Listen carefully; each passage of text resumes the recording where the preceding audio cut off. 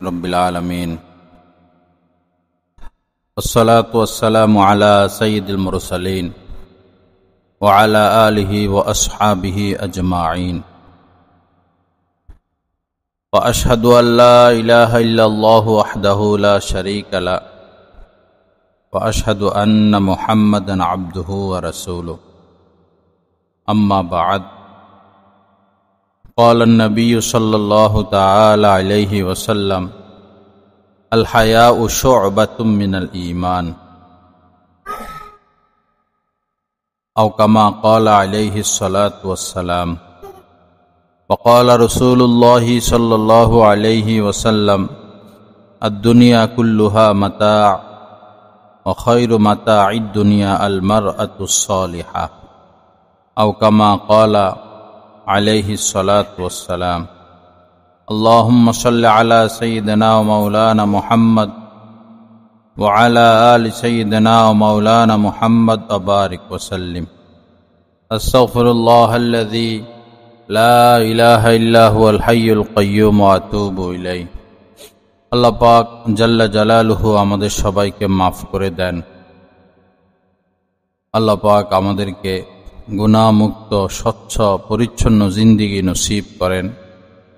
মুহূর্তে মুহূর্তে আল্লাহ পাককে রাজি খুশি রাখার তৌফিক দান করেন এবং রব্বুল আলামিন দয়া করে আমাদের সবার জন্য জান্নাতুল ফেরদাউসের ফয়সালা করে দেন। আমার মা বোনেরা, আপনাদের খেদমতে একটি হাদিস শরীফ পাঠ করেছি। নবীজি বলেন যে হায়া, লজ্জা, আল হায়াউ শু'বাতুম মিনাল ঈমান, ঈমানের গুরুত্বপূর্ণ একটি শাখা। লজ্জা, শরম ঈমানের যে শাখাগুলো রয়েছে এই শাখাগুলোর মধ্যে গুরুত্বপূর্ণ একটি শাখা। এজন্য এই হায়ার ব্যাপারে অবশ্যই আমরা সতর্ক হব, সচেতন হব, সাবধান হব। কিছুতেই যেন আমরা বেহায়া না হয়ে যাই। যার হায়া নাই সে যা ইচ্ছা তা করতে পারে, তার দ্বারা যে কোনো কিছু সম্ভব, যার হায়া নাই। এজন্য ঈমান তাকওয়া হেফাজতের জন্য হায়া, লজ্জার গুরুত্ব অনেক বেশি। যার হায়া নাই, যেমন রাস্তাঘাটে দেখা যায় অনেক ছেলে ফেলে এমন হায়া নাই, কি করে দাঁড়িয়ে প্রস্রাব করে দেয়। মানুষ শরাব খায়, মদ খায়, গোপনে খায়।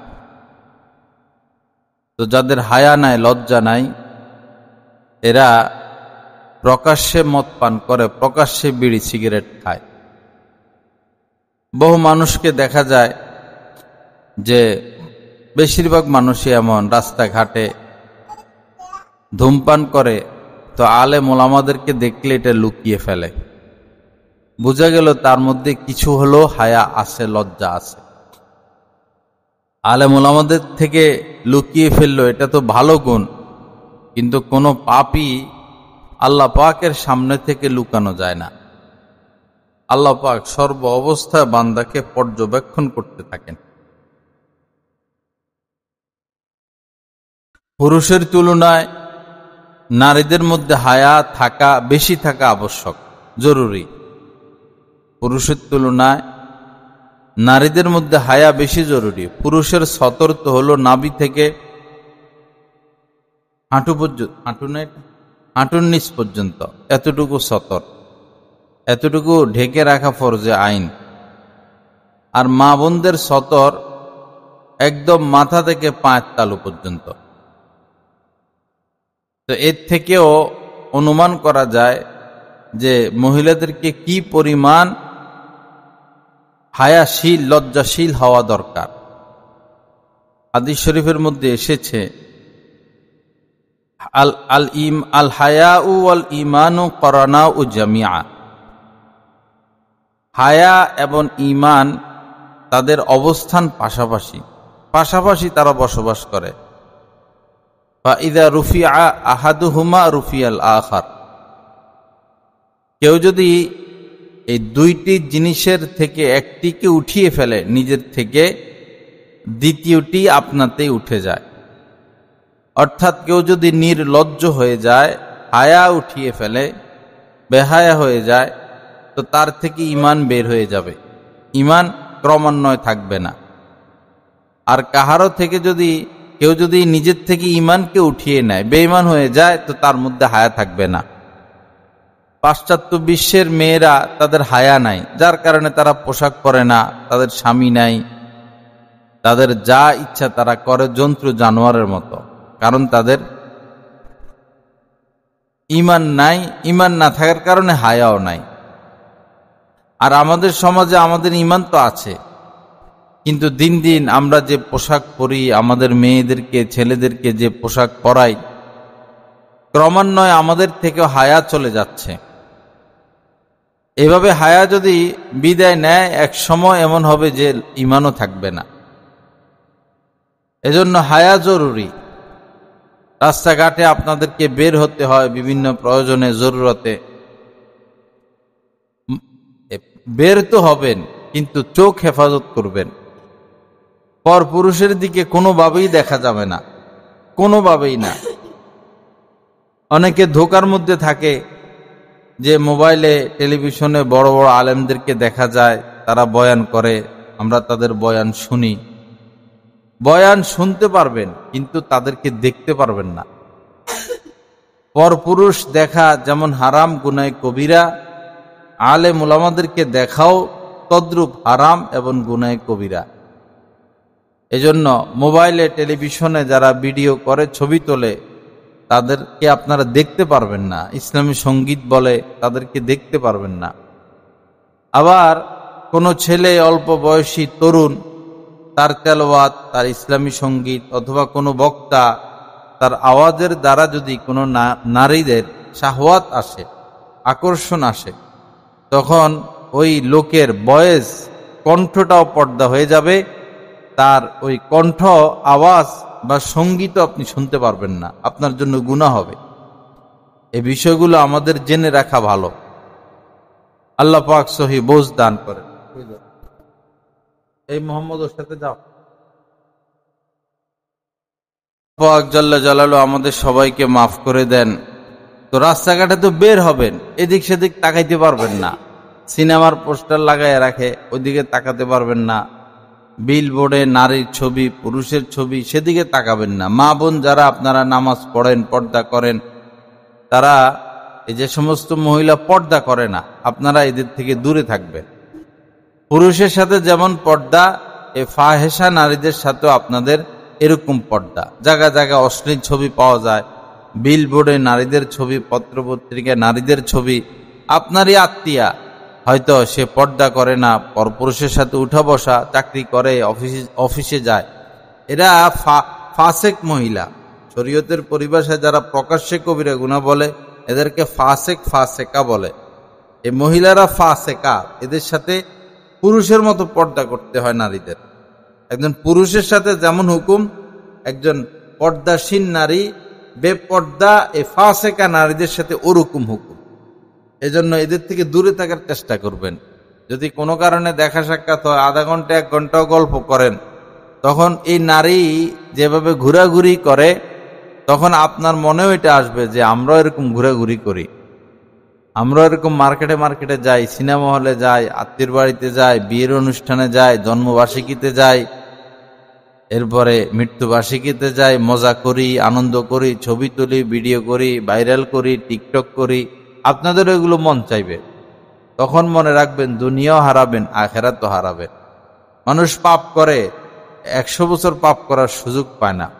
মানুষ সুদ খায়, ঘুষ খায়, 100 বছর আল্লাহ সুযোগ দেয় না। রং তামাশা করে। বহু মেয়েরা, নারীরা অশ্লীল, গোলশান, বনানী, উত্তরার মেয়েরা তো পোশাকই পরে না, লিংটি পরে, অশ্লীল থাকে, অর্ধ উলঙ্গ থাকে, উলঙ্গ থাকে।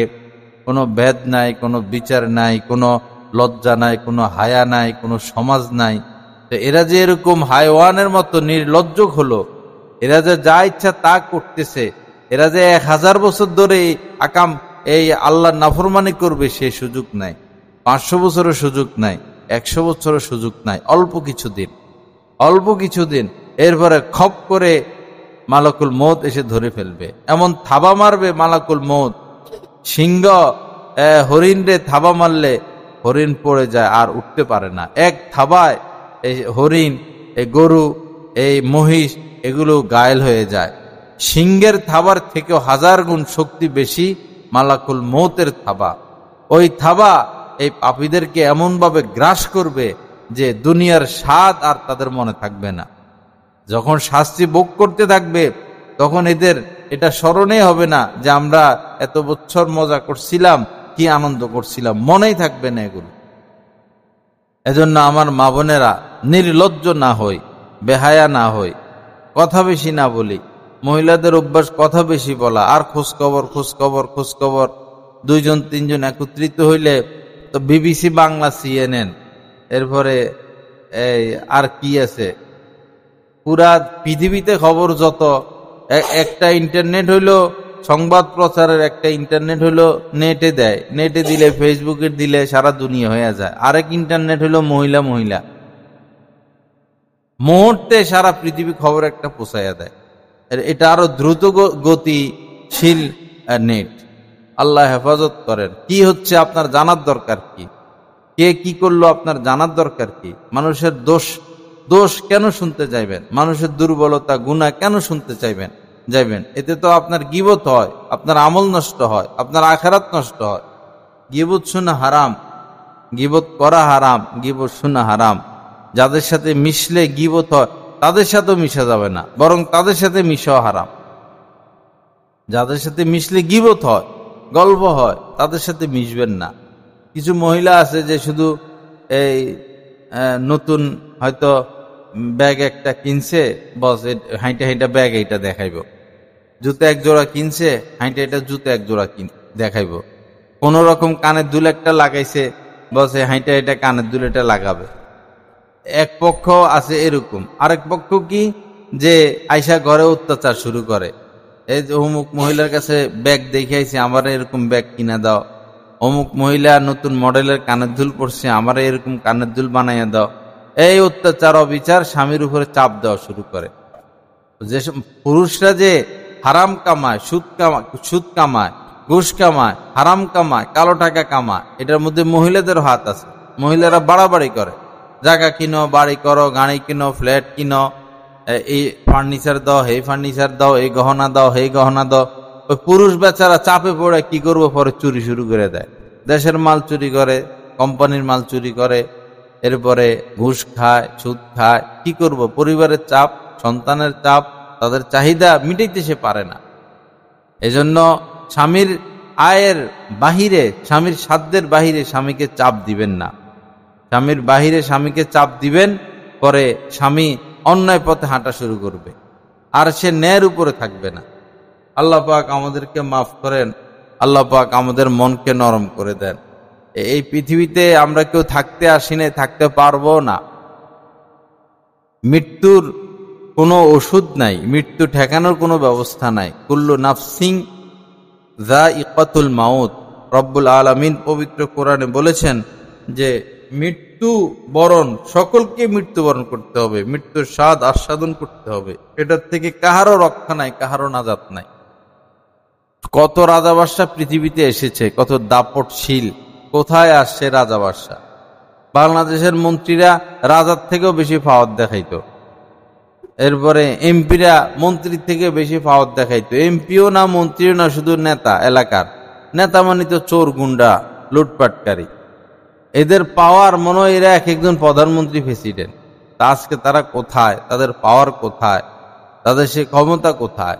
অন্যায় করে বেশি দিন টিকা যায় না, অন্যায় অবিচার করে বেশি দিন টিকা যায় না। পদস্খলন হবেই, গজব আসবেই, লাঞ্ছিত হবেই, অপমানিত হবেই, ঘৃণিত হবে। আজকে তারা ঘৃণিত, আজকে তারা ঘৃণিত, আজকে তাদের কোনো সম্মান নাই। এখন আবার যারা লুটপাট করে, সন্ত্রাসী করে, চাঁদাবাজি করে, বিদেশে টাকা পাঠায়, এদেরকেও ধরবেন, বেশি দেরি নেই।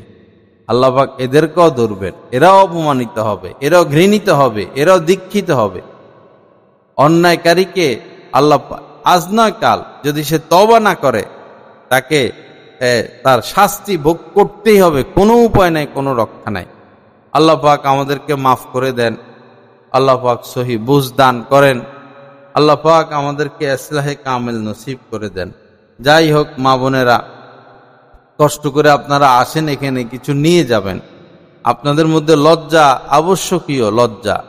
বহু মানুষ আছে, মহিলা আছে, পর্দা করে কিন্তু মুখটা খোলা রাখে, পর্দা করে মুখটা খোলা রাখে, বোঝা গেল তার মধ্যে এখনো লজ্জা পরিপূর্ণ আসে নাই, সে এখনো তাকওয়ার অধিকারী হতে পারে নাই, আল্লাহর ভয় তার ভিতরে এখনো আসে নাই।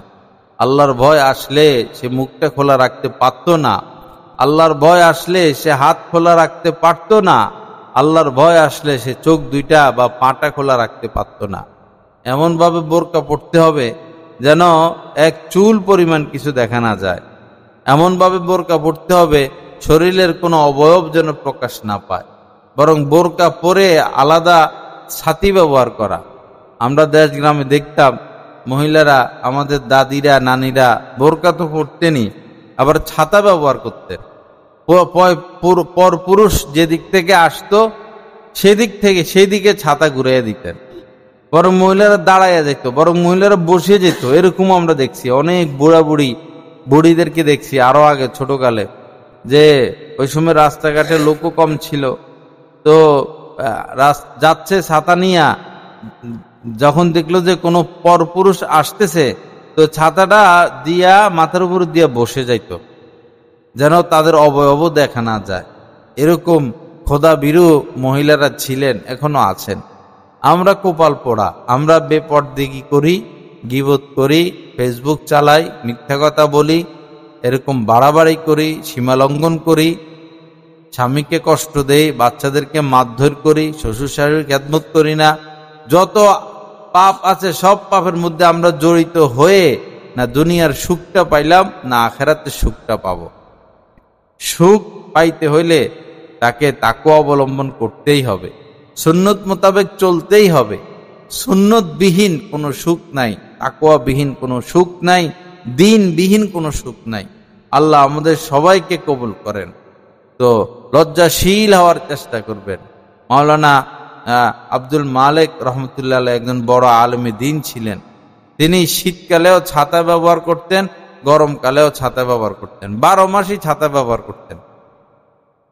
পরে লোকজন জিজ্ঞাসা করছে যে গরমকালে বোঝা যায় যে গরমের কারণে মানুষ ছাতা ব্যবহার করে, বর্ষাকালে বোঝা যায় বৃষ্টির কারণে ছাতা ব্যবহার করে, আপনি দেখি 12 মাসই ছাতা ব্যবহার করেন, কি ব্যাপার? তখন উনি তো আর বলেন না, এটা গোপন রাখেন। পরে এক সময় বলছেন যে দেখো, মহিলাদের সাথে রাস্তাঘাটে তো দেখা হয়, তো আমি তো আমার নজরকে হেফাজত করি, নজর হেফাজত করলেও এই পাটা দেখা যায়, রাস্তা দেখতে গেলে পাটার দিকে নজর পড়ে, পা দেখা যায়।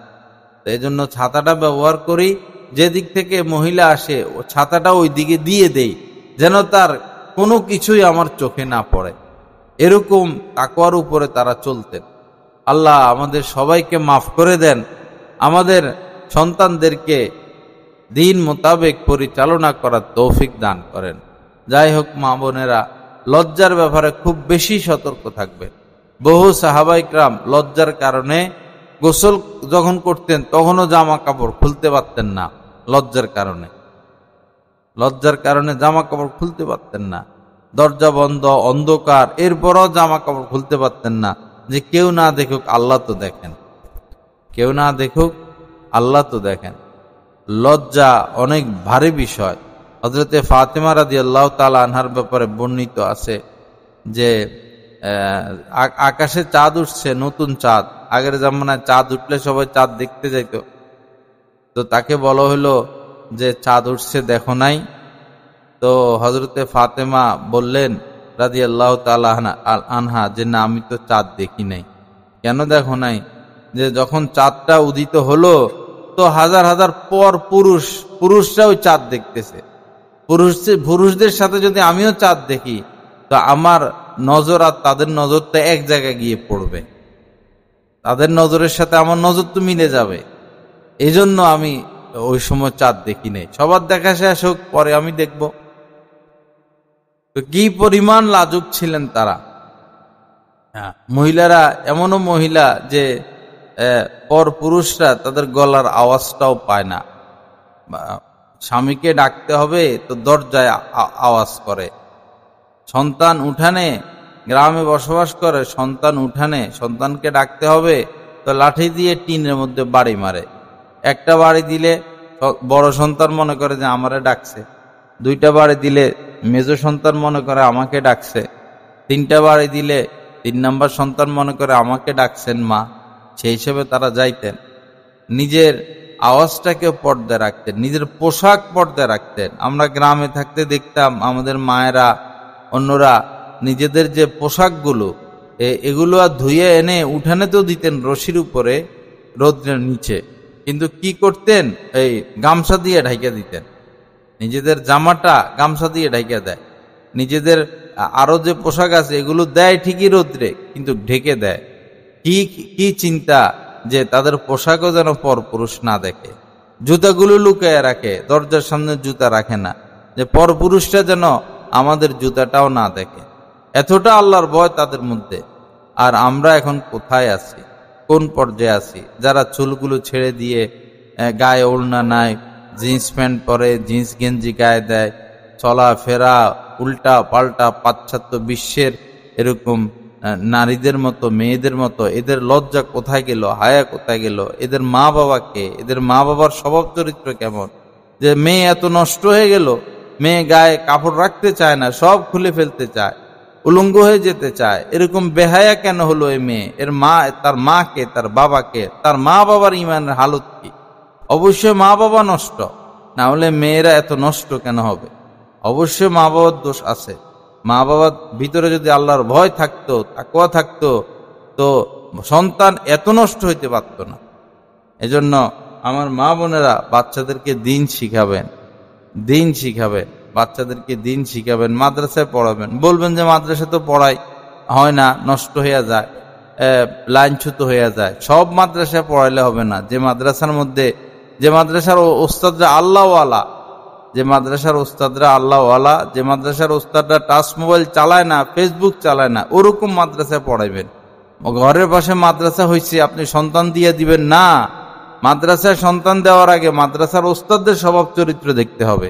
কে মাদ্রাসা পরিচালনা করেন, ওস্তাদরা যারা পড়ায় তাদের স্বভাব চরিত্র কেমন, তাদের আমল আখলাক কেমন, সেটা দেখতে হবে। সেটা দেখে মাদ্রাসায় দিবেন। আজে বাজে মাদ্রাসার তো অভাব নেই, হাজার হাজার মাদ্রাসা, বিল্ডিং এ মাদ্রাসা। কেউ ব্যবসার নিয়তে দেয়, কেউ টাকার নিয়তে দেয়, কেউ সুনামের জন্য দেয়, আর কেউ আল্লাহওয়ালা তৈরি করার জন্য দেয়। এটা যাচাই বাছাই করতে হবে। মাদ্রাসা পাইলেই দিয়ে দিবেন এরকম না। আরেকটা হলো, মাদ্রাসায় দেওয়ার সাথে সাথে আল্লাহওয়ালাদের সোহবত লাগে। সোহবত ছাড়া কেউ হকের উপর টিকে থাকতে পারে না।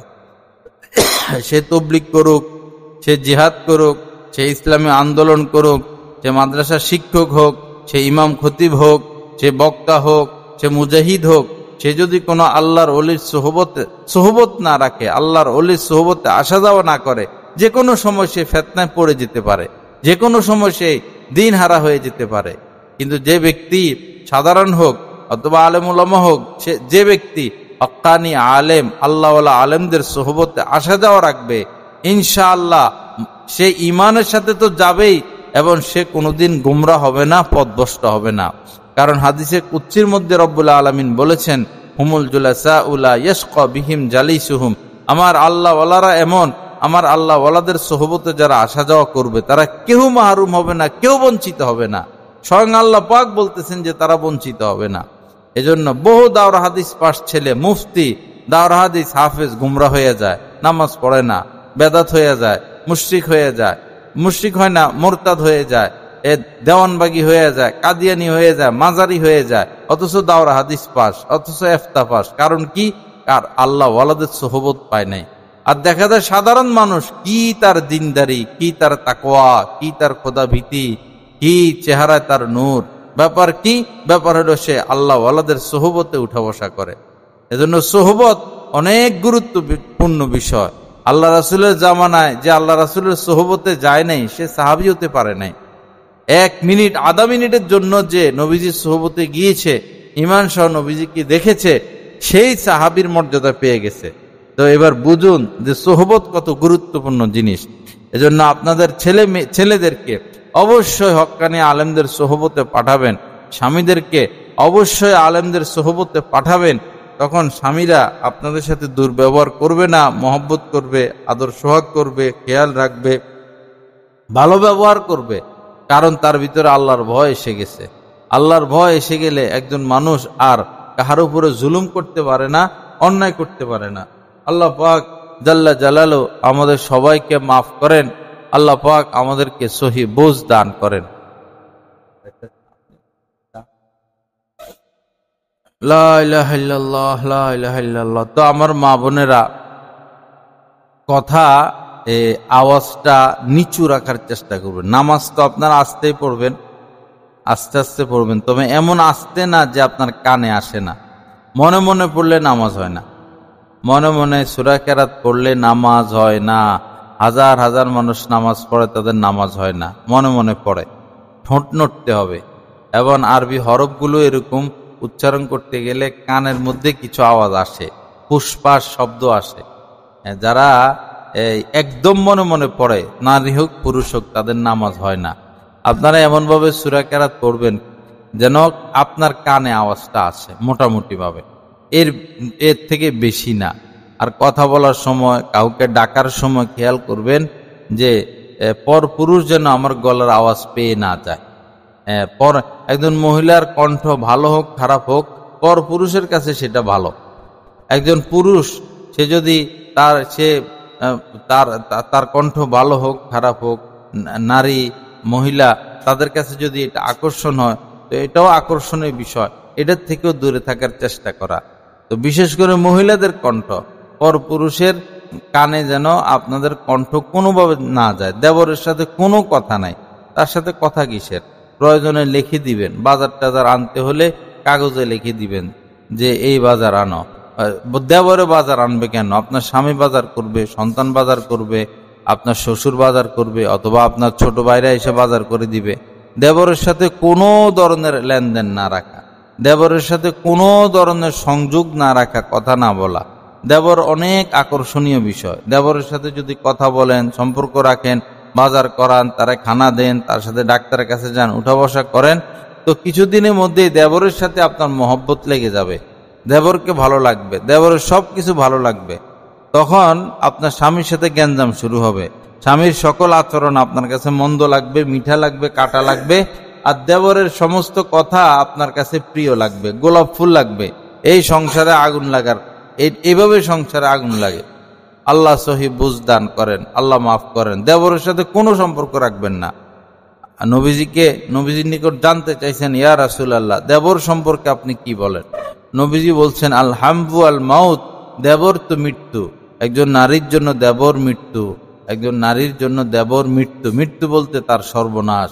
একজন নারীর দুনিয়া আখেরাত ধ্বংস দেবরের কারণে, দুনিয়ার সুখ ধ্বংস দেবরের কারণে, আখেরাতের নেক ধ্বংস দেবরের কারণে, আল্লাহ রাসূলের মুহাব্বত ধ্বংস দেবরের কারণে।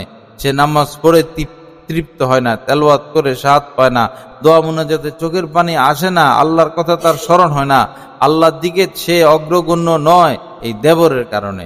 এজন্য দেবর থেকে হাজার হাজার মাইল দূরে থাকবেন। কখনো তার পোশাকের দিকেও তাকাবেন না। দেবরের শার্ট প্যান্ট, দেবরের পোশাকের দিকে তাকাবেন না। দেবরের আওয়াজ যেন আপনার কানে না আসে, আপনার আওয়াজ যেন দেবরের কানে না যায়। আপনার জুতা স্যান্ডেল যেন দেবর না দেখে, দেবরের জুতা স্যান্ডেলও যেন আপনি না দেখেন। আপনাদের পোশাকগুলো আপনারা লুকিয়ে রাখার চেষ্টা করবেন। আল্লাহ আমাদের সবাইকে মাফ করেন, তৌফিক দান করেন। সালোয়ার কামিজ পরার চেষ্টা করবেন। কাপড় পরলে, এই যে ব্লাউজ পরে, ব্লাউজ পরলে পিঠ দেখা যায়, পেট দেখা যায়, হাত দেখা যায়, পর্দা হয় না। থ্রি পিস পরবেন, জামা পরবেন, জামাগুলো পাঞ্জাবির মতো কলার দিবেন যেন পিঠ দেখা না যায়, বুক দেখা না যায়। যদি বুক কাটে তখন পিঠ দেখা যায়, বুক দেখা যায়। এরপরে হাতা ছোট করে, হাতা দেখা যায় না, পাঞ্জাবির মতো বানাবেন যে হাতাও পর্দার ভিতরে থাকবো, পিঠ গলা এরপরে বুক পর্দার ভিতরে থাকবে। বলবেন যে গরম লাগে, একটু কষ্ট করেন না, জান্নাতে গেলে আর গরম লাগবে না। দুনিয়াতে একটু কষ্ট করেন, দুনিয়াতে একটু কষ্ট করেন। মিষ্টি খাইতে হইলে কষ্ট করতে হয়। এমনি গাভীর থেকে যেটা আসে সেটা তো ডাইরেক্ট দুধ, কিন্তু আপনি টক দই খাইতে হইলে, মাখন খাইতে হইলে, ছানা খাইতে হইলে মেহনত করতে হবে। আরো বেশি মেহনত করতে হবে যদি ঘি খাইতে হয়, অনেক বেশি মেহনতের পরে ঘি আসে। তো একটু গরম লাগলে লাগুক, এরকম জামা বানানোর চেষ্টা করবেন। নামাজের জন্য আলাদা জায়গা রাখবেন, আলাদা নামাজের যদি নিজস্ব বাসা হয় বা বড় বাসা হয়, নামাজের জন্য একটা ছোট করে চৌকি বানাবেন যে এটা নামাজের স্থান। ওইখানে তাসবিহ রাখবেন, পাশে কোরআন শরীফ রাখবেন, দ্বীনি কিতাবপত্র রাখবেন। ওইখানে গিয়ে নামাজ পড়বেন, ওইখানে গিয়ে জিকির করবেন, ওইখানে গিয়ে তেলাওয়াত করবেন এবং ওইখানে এতেকাফ করবেন। মাঝে মধ্যে নফল এতেকাফ করতে পারেন। নফল এতেকাফ, আজকে শুক্রবার কাজ নাই, বস আজকে সারাদিন আমি এতেকাফ করব। সেখানে বসে থাকবেন, আল্লাহরে ডাকবেন, জিকির করবেন, নিয়ত করে গিয়ে এতেকাফ করবেন। রমজান আসতেছে, আল্লাহ চায় তো রমজানে এতেকাফের নিয়ত করি। বিশেষ করে শেষ 10 দিন, শেষ 10 দিন ইতেকাফ করলে সবে কদর সে অবশ্যই পেয়ে যায়। শেষ 10 দিন ইতেকাফ করলে সবে কদর অবশ্যই পেয়ে যায়। নামাজের জন্য একটা এরিয়া নির্ধারণ করবেন এবং এই নামাজের জন্য একটা পোশাক আলাদা বানাবেন। পায়জামা ঢিলা ডালা একবারে নিচ পর্যন্ত, জামা ঢিলা ডালা, পুরা হাতা গলা দেখা যায় না, এবং সুন্দর একটা হিজাব নির্বাচন করবেন। যেহেতু কাজকর্ম করলে কালিছালি লাগে, প্রস্রাব পায়খানা লাগে, ওগুলা যদি কালিছালি লাগে তো নামাজ হয়ে যাবে। নাপাক কিছু না থাকলে ওই পোশাকেও নামাজ হয়ে যাবে, কিন্তু নামাজের জন্য আলাদা একটা পোশাক হইলে ভালো, কিন্তু জরুরি না, ভালো আর কি। আল্লাহ আমাদের প্রতি মেহেরবানি করেন। প্রতিদিন একটু সময় তেলাওয়াত করবেন। প্রতিদিন আপনি যদি মনে করেন যে না আমি 10 মিনিট তেলাওয়াত করব না, সময় নাই, 5 মিনিটও সময় নাই, আপনি 3 মিনিটের নিয়ত করেন। 3 মিনিট, যে আমি প্রতিদিন 3 মিনিট তেলাওয়াত করব। ঘুমে নামাজের পরে হোক 3 মিনিট তেলাওয়াত করব। ঝামেলা লাগে 3 মিনিট, তাহলে আমার একটা অনুরোধ শুনেন, 1 মিনিট তেলাওয়াত করেন প্রতিদিন নামাজের পরে, যে কোনো নামাজের পরে। অজু তো আছেই, বস এই নিয়তে কোরআন শরীফ নিবেন যে আমি 1 মিনিট তেলাওয়াত করব। সবাইকে মাফ করে দেন। রমজান অনেকেই মহিলারা এই কোরবানি আসে, তাদের উপর কোরবানি দেয় না। এরপরে জাকাত আসে, জাকাত দেয় না। বড় ভয়ের বিষয়, বড় ভয়ের বিষয়। মনে রাখবেন, আপনার এই স্বর্ণরূপাকে জাহান্নামের আগুনে গরম করে উত্তপ্ত করে পরে আপনার কপালে লাগাবে, পাজরে লাগাবে। কামাররা যে বটি বানায়, দা বানায়, লোহা পিটা, একসময় দাঁড়াইয়া দেখবেন লোহাকে আগুনে পুড়তে পুড়তে পুড়তে পুড়তে কালো লোহাটা লাল হয়ে যায়।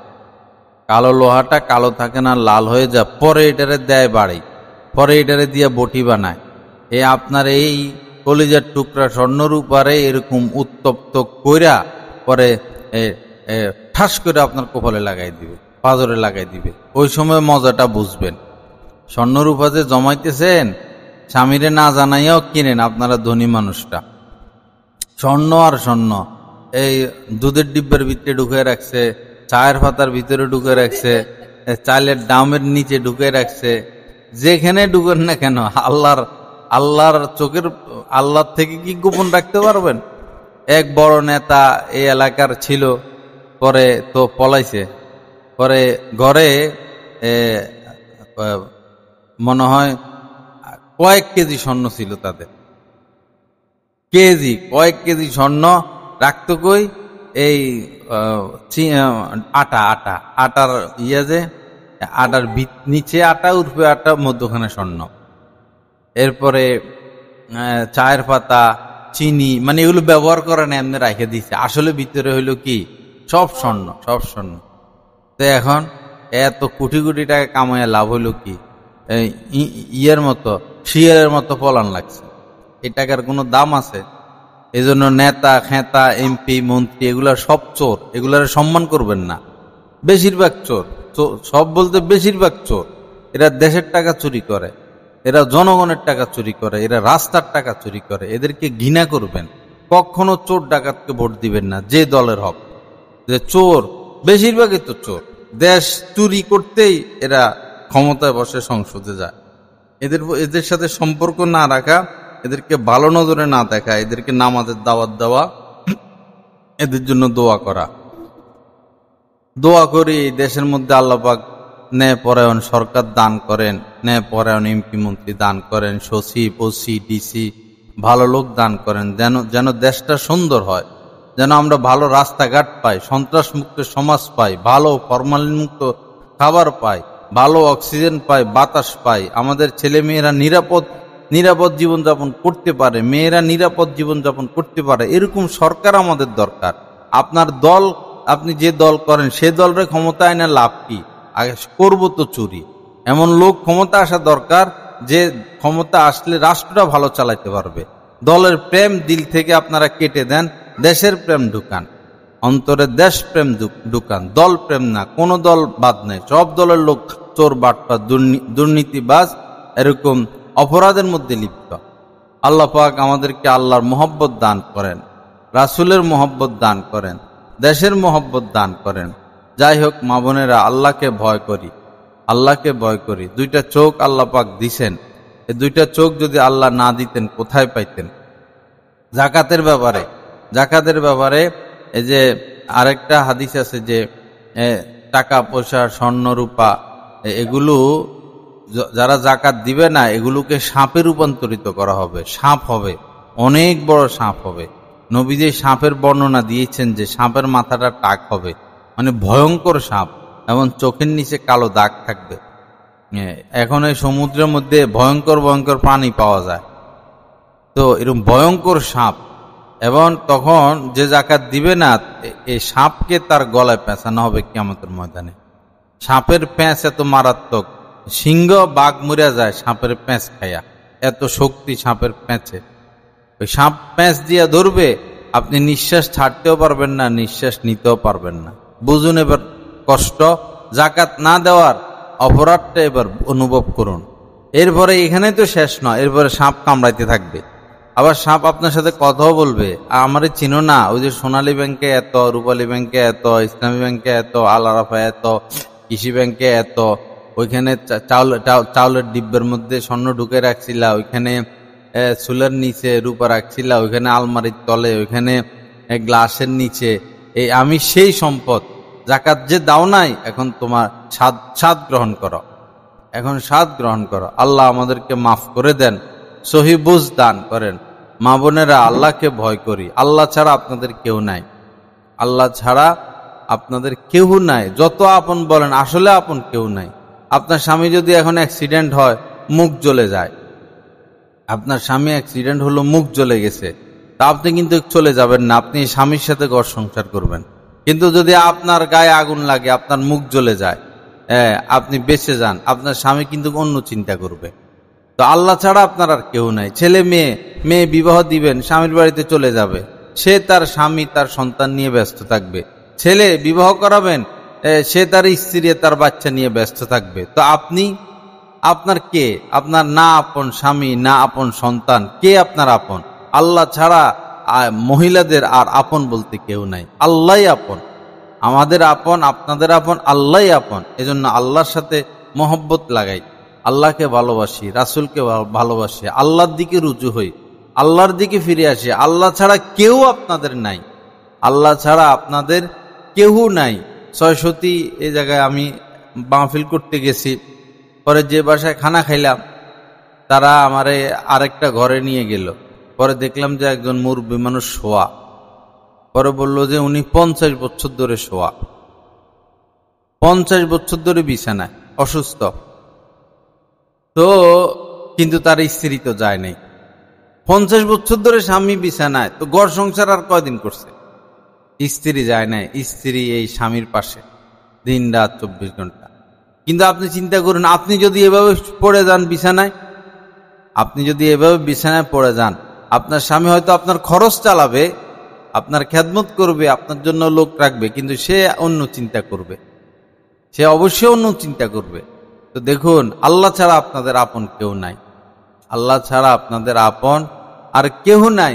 এজন্য আল্লাহকে ভালোবাসেন, আল্লাহর হয়ে যান, আল্লাহর সাথে সম্পর্ক রাখেন।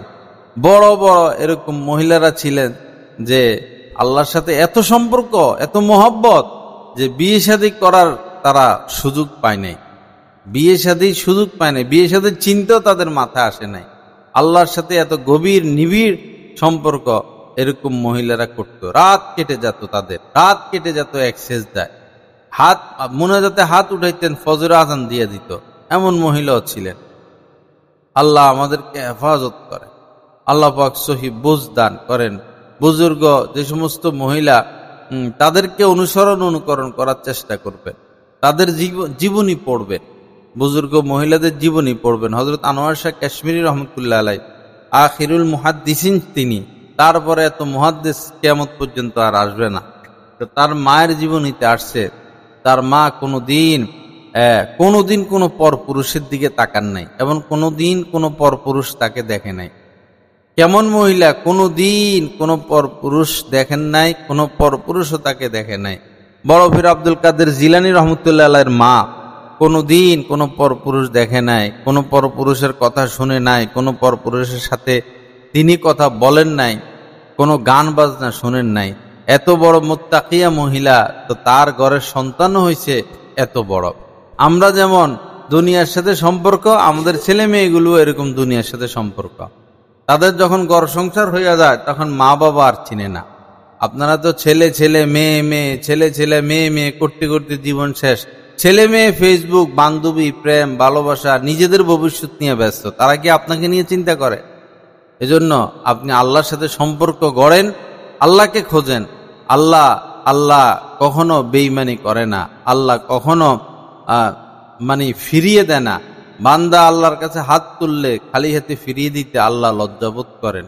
মানুষ বেঈমানি করবে, আল্লাহ বেঈমানি করবেন না। আল্লাহর প্রতি মহব্বত বাড়ান, আল্লাহর দিকে অগ্রসর হন। আল্লাহ পাক আমাদের সবাইকে মাফ করেন, আল্লাহ পাক সহি বুঝ দান করেন, আল্লাহ পাক গুনাহমুক্ত জিন্দেগি দান করেন। উঠতে বসতে চলতে ফিরতে সব সময় দুরূদ শরীফ, বেশি বেশি দুরূদ শরীফ পড়বেন, বেশি বেশি দুরূদ শরীফ পড়বেন, বেশি বেশি দুরূদ শরীফ পড়বেন। সাল্লাল্লাহু আলাইহি ওয়াসাল্লাম, সাল্লাল্লাহু আলাইহি ওয়াসাল্লাম। অভ্যস্ত হয়ে যান, অভ্যাস করে ফেলুন দুরূদ শরীফ বেশি পড়া। কমপক্ষে লা ইলাহা ইল্লাল্লাহ জিকির 100 বার, আল্লাহ আল্লাহ 100 বার, দুরূদ শরীফ আনলিমিটেড, এটা কোনো হিসাব ছাড়া। এবং আরো যে তাসবিহগুলো আছে, কখনো লা হাওলা ওয়ালা কুওয়াতা ইল্লা বিল্লাহ, কখনো সুবহানাল্লাহি ওয়া বিহামদিহি সুবহানাল্লাহিল আযীম, কখনো আল্লাহুম্মা গফিরলি, কখনো আল্লাহুম্মা গফিরলি, কখনো আস্তাগফিরুল্লাহ, কখনো আলহামদুলিল্লাহ, কখনো সুবহানাল্লাহ, কখনো লা ইলাহা ইল্লাল্লাহ, এগুলো পড়বেন। আলহামদুলিল্লাহ বেশি পড়বেন, আলহামদুলিল্লাহ আলহামদুলিল্লাহ দিল থেকে পড়বেন। ব্রেনের উপকার হবে, স্বাস্থ্যের উপকার হবে, মনের কষ্ট দূর হয়ে যাবে, ব্যথা দূর হয়ে যাবে। আল্লাহর উপর সবসময় খুশি থাকবেন। অসুখে থাকেন, সুস্থ থাকেন, অভাবে থাকেন, সুখে থাকেন, শান্তিতে থাকেন, অশান্তিতে থাকেন, পেরেশানিতে থাকেন, পেরেশানি মুক্ত থাকেন, আল্লাহর উপর খুশি থাকবেন। পরীক্ষা স্বরূপ বিপদ আসে, পাপের কারণে বিপদ আসে। পাপ যে পরিমাণ, বিপদ দিলে তো শেষই হয়ে যেতাম। আল্লাহর দয়া যে পাপ পরিমাণ আল্লাহ বিপদ দেন না। বেশি পাপ করতেছি আমরা, বেশি সীমা লঙ্ঘন করতেছি। আল্লাহ আমাদের সবার প্রতি মেহেরবানি করেন। আল্লাহ আমরা অনেকে ছেলে মেয়ে স্বামী সংসার ছাড়া এত ব্যস্ত, স্বামীকে নিয়ে ছেলে মেয়েকে নিয়ে, এই স্কুল, এই প্রাইভেট, এই কোচিং, এই স্বামী আসতেছে, এই মেহমান আসতেছে, এই ঘর মোছা, এই নাস্তা বানানো, এই ভাত বানানো, এই গোলামি করতে করতে জীবন কাটাই দিবেন। আল্লাহর সাথে সম্পর্ক করবেন না, আল্লাহকে চিনবেন না, আল্লাহর পরিচয় লাভ করবেন না, তো আল্লাহ আপনাকে বানাইছে কেন? আল্লাহ তো আপনাকে সৃষ্টি করেছেন যে ওমা খলাকতুল জিন্না ওয়াল ইনসা ইল্লা লিয়াবুদুন, মানুষ এবং জিন জাতিকে সৃষ্টি করেছি আমার পরিচয় লাভ করার জন্য, আমার সাথে মহব্বত করার জন্য। এ গোলামি করে জীবন কাটাই দিবেন। কাজের চাপে জোহর পড়েন না, ঘুমের চাপে আসর পড়েন না, চা নাস্তার চাপে মাগরিব পড়েন না, রুটি বানাবেন, খানা বানাবেন, টেলিভিশনের চাপে ফজর পড়েন না, ঘুমান 12টা 1টা 2টা বাজে, এশা পড়েন না, ঘুমান 12টা 1টা 2টা বাজে, পরে ফজর পড়েন না, কোরআন শরীফ তেলাওয়াতের সুযোগ পান না, কোনো আলেমের বয়ান শোনার সুযোগ পান না, কোনো দিনই কিতাব পড়ার সুযোগ পান না। তো কয়দিন স্বামীর সাথে কয়দিন ঘর করবেন? ছেলে মেয়ে কয়দিন? না হলে আর 20 বছর, না হলে আর 50 বছর, না হলে সর্বোচ্চ 100 বছর। এরপরে কি কবরে যাবেন না? এরপরে কি কবরে আপনি যাবেন না? তাহলে আল্লাহকে ভয় করি, আল্লাহকে ভয় করি। সন্তানের জন্য যেটা করার করবেন, স্বামীর খেদমত যেটা করার করবেন, ঘর সংসারের কাজ, শ্বশুর শাশুড়ি আছে, যেটা করার করবেন, কিন্তু মন পড়ে থাকবে আল্লাহর কাছে, মন পড়ে থাকবে আল্লাহর কাছে। আল্লাহকে ভুলা যাবে না। আল্লাহ আপনার আপন, আল্লাহ আপন ছিলেন, আল্লাহ আপন আছেন, আল্লাহই আপন থাকবেন। কিয়ামতের দিন ছেলে মেয়েরা মাও বলবে না, বিপদে পড়বেন আপনি, মা বলবে না, স্বামী পলায়ে চলে যাবে, সন্তান পলায়ে চলে যাবে, কেউ কাছে আসবে না, আল্লাহ ছাড়া কোনো উপায় নেই। আল্লাহ পাক আমাদেরকে আল্লাহর ভয় দান করেন, গুনাহমুক্ত জিন্দেগি দান করেন। আপনাদের স্বামীদেরকে অবশ্যই কোনো আল্লাহ ওয়ালার সোহবতে পাঠাবেন, কোনো আল্লাহ ওয়ালারা যেখানে জুমা পড়ায় সেখানে পাঠাবেন, যে জুমা যায় সেখানে পড়েন, অমুক আলেমের সাথে সম্পর্ক করেন, অমুক আলেমের সোহবতে যান, তার সাথে সফর করেন, ছেলেদেরকে পাঠাবেন, স্বামীকে পাঠাবেন। তাদের মধ্যে দিন আসলে দেখবেন সংসারে কিভাবে সুখ আসে, কিভাবে শান্তি আসে। আল্লাহ পাক খাস মেহেরবানি করেন। বাচ্চাদেরকে দিন শেখাবেন, মেয়েটারে মাদ্রাসায় পড়াবেন, ছেলেটারে স্কুলে পড়াবেন। এখন স্কুল কলেজের ছেলেরা মেয়েরা ভার্সিটি, সকল ভার্সিটি, বড় বড় ভার্সিটিগুলোতে পড়ে, আমার সাথে সম্পর্ক রাখে, এরকম ছেলেরা আছে। আইসা বলে কি করে ছেলে মেয়েরা, কি করে, সন্ধ্যা হইলে সব বাইর হইয়া যায়, বাগানে বাগানে ঘুরে 8টা 9টা পর্যন্ত, কেউ বাধা দেয় না, যা ইচ্ছা তা করে, প্রকাশ্যে তারা পাপে লিপ্ত হয়। এদের হায়া লজ্জা, এরা কুকুর শিয়ালের থেকে নিকৃষ্ট হয়ে গেছে। আপনারা আশায় আছেন শিক্ষিত বানাইতেছেন না শয়তান বানাইতেছেন। এগুলারা পাপেরে পাপ মনে করে না, জিনারে পাপ মনে করে না, কুদৃষ্টিরে পাপ মনে করে না। এরপরে পড়ালেখা কইরা চাকরি নিয়ে করব চুরি, খাইব ঘুষ, দেশের টাকা পাঠাইব বিদেশে, এটার নাম শিক্ষা। শিক্ষার দরকার কি? যে শিক্ষায় শিক্ষিত হয়ে চুরি করে, যে শিক্ষায় শিক্ষিত হয়ে ঘুষ খায়, সুদ খায়, যে শিক্ষায় শিক্ষিত হয়ে দেশের সম্পদ বিদেশে পাঠায়, এটা শিক্ষা? এটা তো কুশিক্ষা। যে শিক্ষায় শিখে মানুষ হয় না, যে শিক্ষায় শিক্ষিত হয়ে মানুষ হয় না, চোর হয়, সেটা কিসের শিক্ষা? এটা তো চুরি মার্কা শিক্ষা। শিক্ষার মধ্যে পরিবর্তন আনতে হবে, সিলেবাসের মধ্যে পরিবর্তন আনতে হবে। শিক্ষকদের সুচরিত্রের অধিকারী লোকরা শিক্ষক হবে। শিক্ষকের তো চরিত্র খারাপ, শিক্ষক ছাত্রী নিয়ে পলায়া যায়, শিক্ষিকা ছাত্র নিয়ে পলায়া যায়। এই হচ্ছে বাংলাদেশের অবস্থা। আল্লাহ সহি বুঝ দান করেন, আল্লাহ মানুষের মতো মানুষ হওয়ার তৌফিক দান করেন। আমার মা বোনেরা, আল্লাহকে ভয় করি, আল্লাহকে আপন বানায়। প্রতিদিন 1 মিনিটের জন্য হইলেও কোরআন শরীফ নেন, তেলাওয়াত করেন। 1টা মিনিটের জন্য হইলেও যে কোনো একটা কিতাব হাতে নেন, বেহেশতি জাওয়ারটা হাতে নেন, নিয়ে একটু পড়েন। হযরত থানভী রহমতুল্লাহ আলাইহির কিতাবপত্রগুলো ঘরে আনেন, এনে একটু পড়েন। 1 মিনিটের জন্য প্রতিদিন পড়েন না, দেখবেন কি ফায়দা হয়, কি লাভ হয়। আল্লাহ আমাদের সবাইকে এ কথাগুলোর উপর আমলের তৌফিক দান করেন। আল্লাহ পাক আমাদের প্রতি মেহেরবানি করেন, খাস মেহেরবানি করেন। আমার বয়ানগুলো, জুমার বয়ানটা সরাসরি শোনা যায় এই হাজী কালু সাহেবের বাড়িতে, এখানে স্পিকার দেওয়া আছে, সরাসরি শোনা যায়। সম্ভব হলে সেখানে গিয়ে জুমার বয়ান শুনবেন, মাসিক ইস্তেমার বয়ান শুনবেন। এবং লাইভ দেওয়া হয় টেলিগ্রামে। এছাড়াও টেলিগ্রাম চ্যানেলে আমার বয়ানগুলো পাওয়া যায়, অন্যান্য চ্যানেলেও পাওয়া যায়। বয়ান বিডি, যে নেটে গিয়ে বয়ান বিডি সার্চ করলে বা আমার নাম বলে ভৈরব বললে বয়ানগুলো আসবে। প্রতিদিন 5-7 মিনিট 10 মিনিট বয়ান শুনবেন, ইনশাল্লাহ দেখবেন ফায়দা হইতেছে। আল্লাহ পাক আমাদের প্রতি খাস মেহেরবানি করেন, আমাদের এই মজলিসকে কবুল করেন, এ বাড়িওয়ালাদেরকে কবুল করেন। এ বাড়িওয়ালার মালিক দুনিয়া থেকে চলে গেছেন, তাকে আল্লাহ পাক মাফ করে দেন। ওনার স্ত্রী জীবিত আছে, আল্লাহ পাক ওনাকে পূর্ণ সুস্থতা সাথে নেক হায়াত দারাজ করেন। ওয়া আখিরু দাওয়ানা আলহামদুলিল্লাহি রাব্বিল আলামিন ওয়া সাল্লাল্লাহু আলা নবিয়্যিল কারীম। আল্লাহ।